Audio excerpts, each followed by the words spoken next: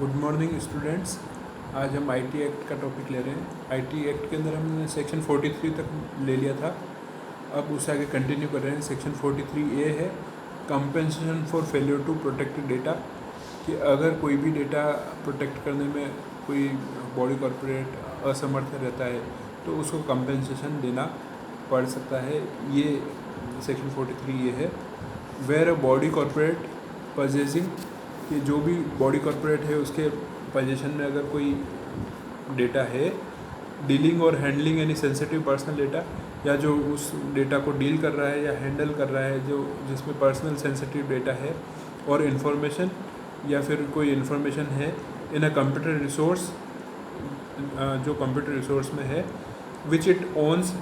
जिसको वो ओन करता है बॉडी कॉर्पोरेट, या कंट्रोल्स या कंट्रोल करता है, या ऑपरेट्स या ऑपरेट करता है, is negligent in implementing and maintaining reasonable security practices and procedures. और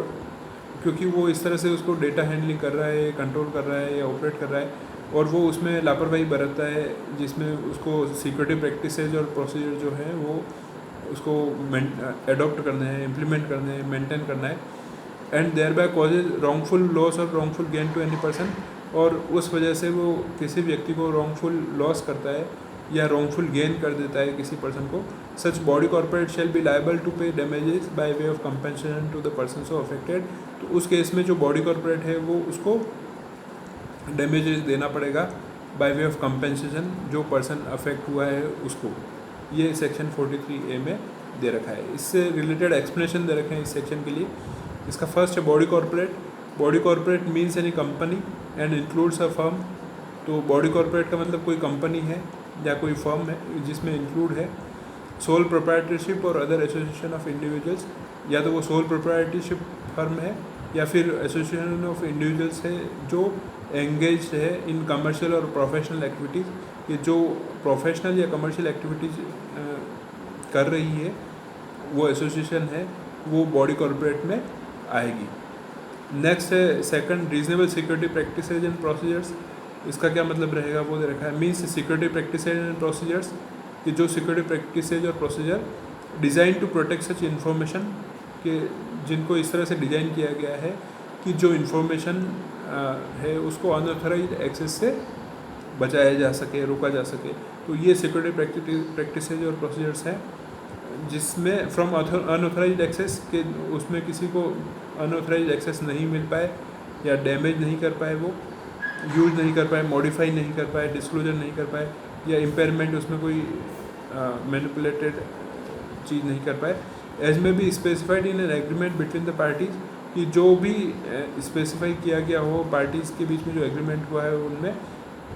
और एज में भी specified in any law for the timing in force, और या फिर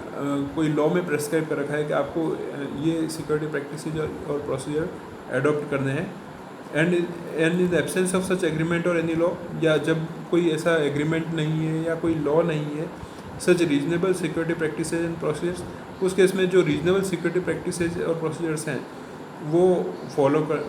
करनी है। वो इसका मतलब ये है कि वो फॉलो कर रहे हैं या नहीं कर रहे हैं। एज में भी prescribe by the central government in consultation with such professional bodies और associations as it may deem fit. तो जो भी प्रेस्क्राइब किए गए हैं सेंट्रल गवर्नमेंट ने प्रोफेशनल बॉडीज़ के कंसल्टेशन में या फिर एसोसिएशन के कंसल्टेशन में, तो उस केस में उनको वो एडॉप्ट करना ज़रूरी है। तो इसका मीनिंग ये रहेगा इस सेक्शन के लिए। नेक्स्ट है थर्ड सेंसिटिव पर्सनल डेटा और इन्फॉर्मेशन। तो सेंसिटिव पर्सनल डेटा और इन्फॉर्मेशन में क्या आएगा वो दे रखा है इसमें। मीन्स सच पर्सनल इन्फॉर्मेशन, उसमें उसका मतलब ये है कि वो पर्सनल इन्फॉर्मेशन एज में भी prescribe by the central government, जो सेंट्रल गवर्नमेंट प्रेस्क्राइब करेगी इन consultation with such professional bodies और एसोसिएशंस, कि जो सेंट्रल गवर्नमेंट प्रोफेशनल बॉडीज़ या एसोसिएशन के कंसल्टेशन से प्रेस्क्राइब करेगी एज इट में डीम फिट, कि जैसा गवर्नमेंट को अच्छा लगता है कि ये इसमें इंक्लूड होना चाहिए या नहीं होना चाहिए। तो इस हिसाब से सेंसिटिव पर्सनल डेटा या इन्फॉर्मेशन होगी। नेक्स्ट है section 44 penalty for failure to furnish information return etcetera, कि अगर कोई इन्फॉर्मेशन या return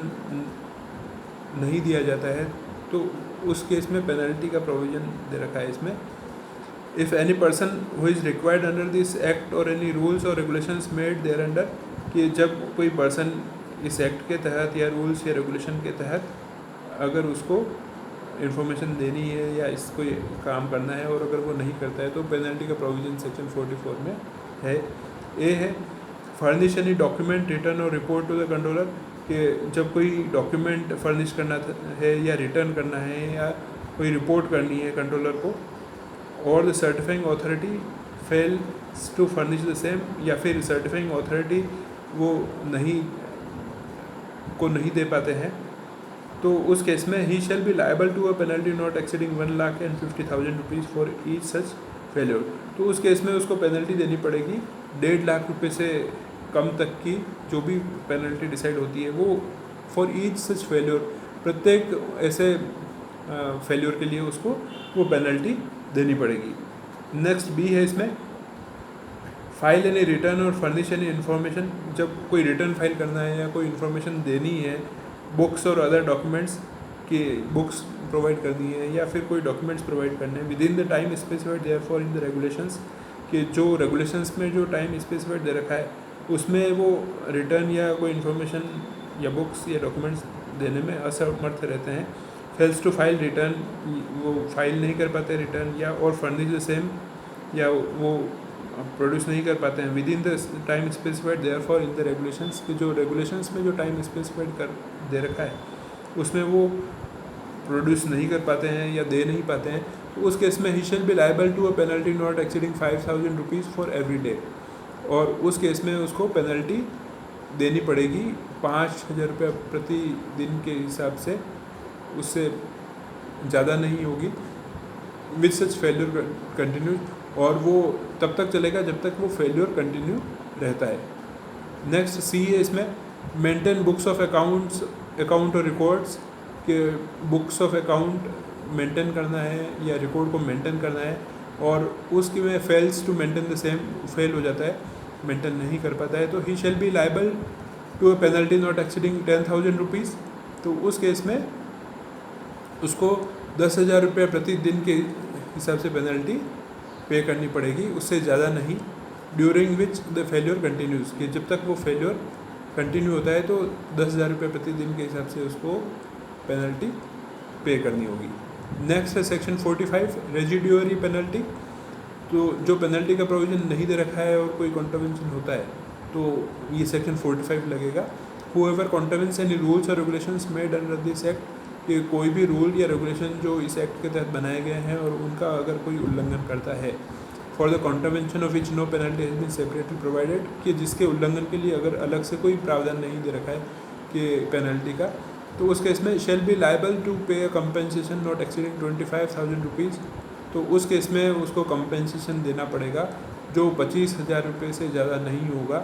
to the person affected by such contravention, के जो व्यक्ति इस की वजह से अफेक्ट हुआ है उसके लिए उसको 25,000 रुपये से कम तक का जो भी